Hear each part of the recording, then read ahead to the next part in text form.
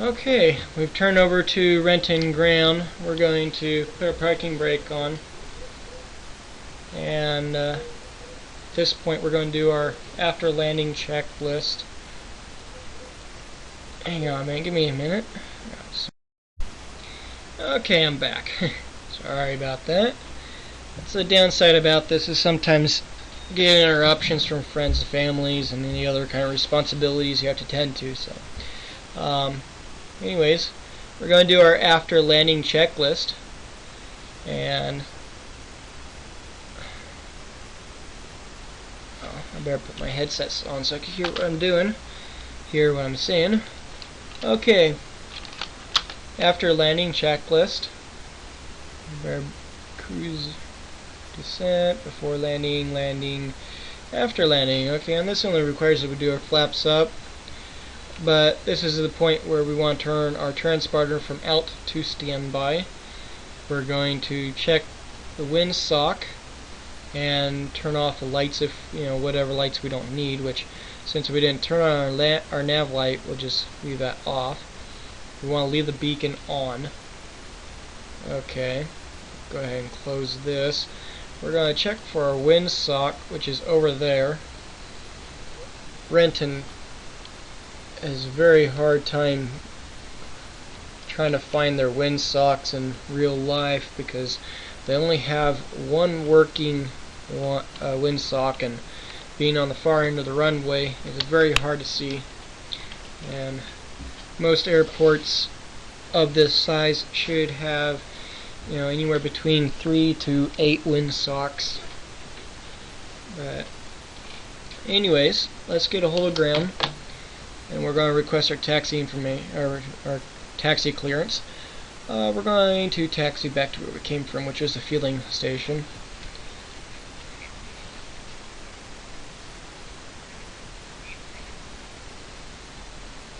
Okay.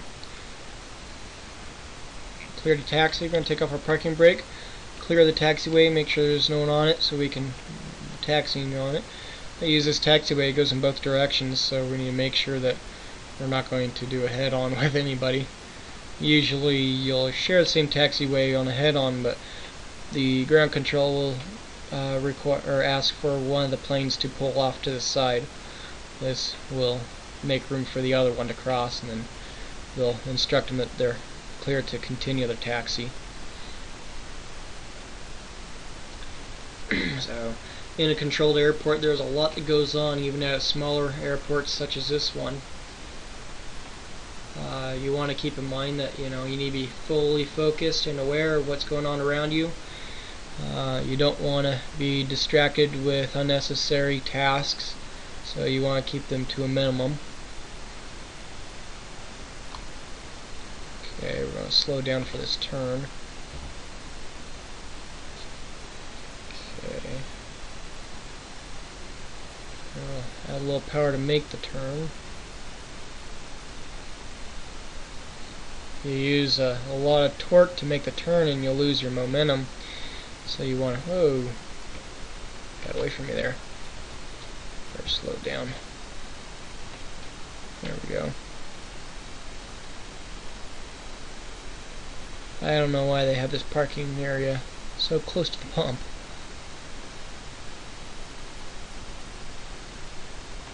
Alright, we're going to call that good. We won't get too close. Okay, now we're going to go through our shutdown procedure. Okay, we're going to pull up our checklist.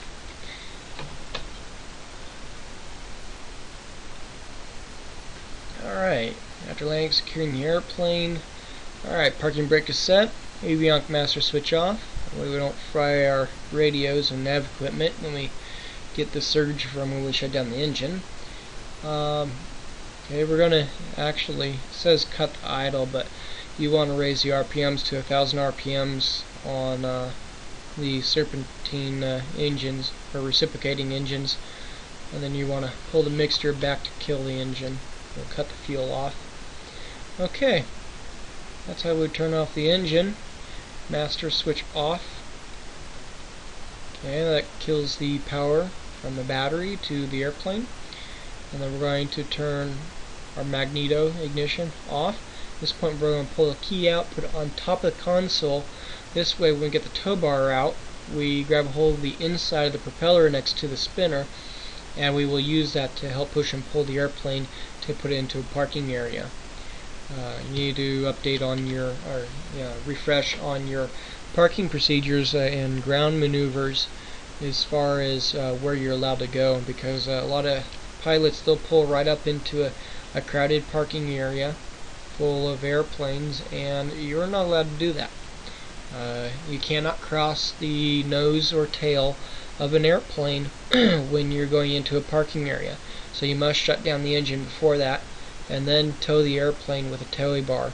So I know it seems though as it's a lot of unnecessary labor, but it is a safety issue.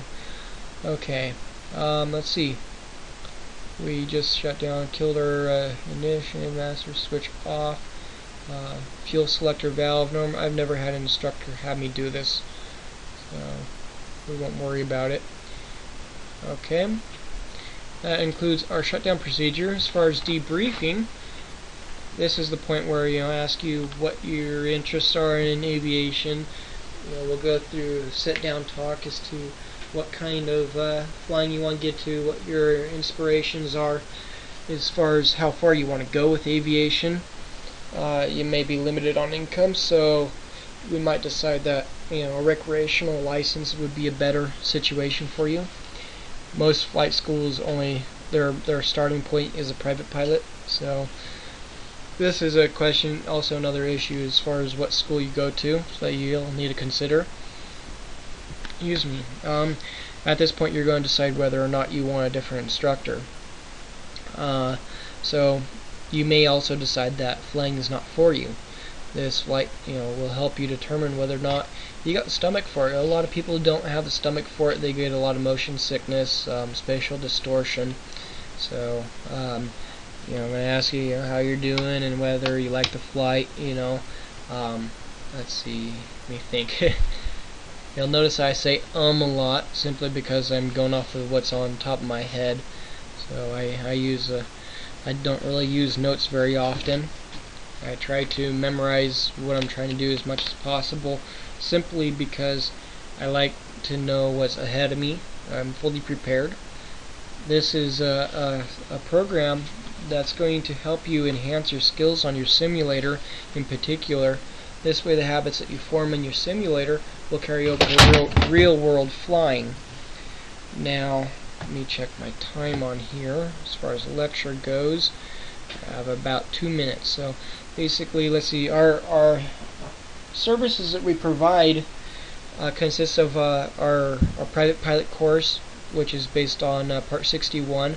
It also includes recreational flying. We offer online training course where we will go through the lesson plan that you're working on in real life, and we will help improve your skills in those maneuvers, so you'll spend less time with your online instructor, or you spend less time in your real world instructor.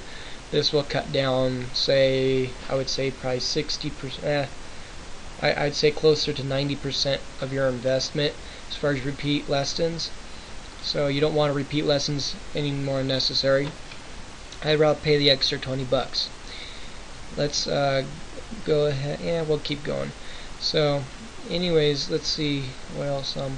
So we offer the online one-on-one instruction. We'll share the same airplane. We'll network together through Microsoft Flight Simulator X. We do have Flight Simulator 2000, so we can help you with that as well if you don't have a new simulator, the newer version. And then we also will do emails, which I believe our emails are $10 per email for any kind of instruction as far as what you may be doing wrong, that you need a little better comprehension on, anything from your ground school as to weather and or any kind of instruction as far as aviation.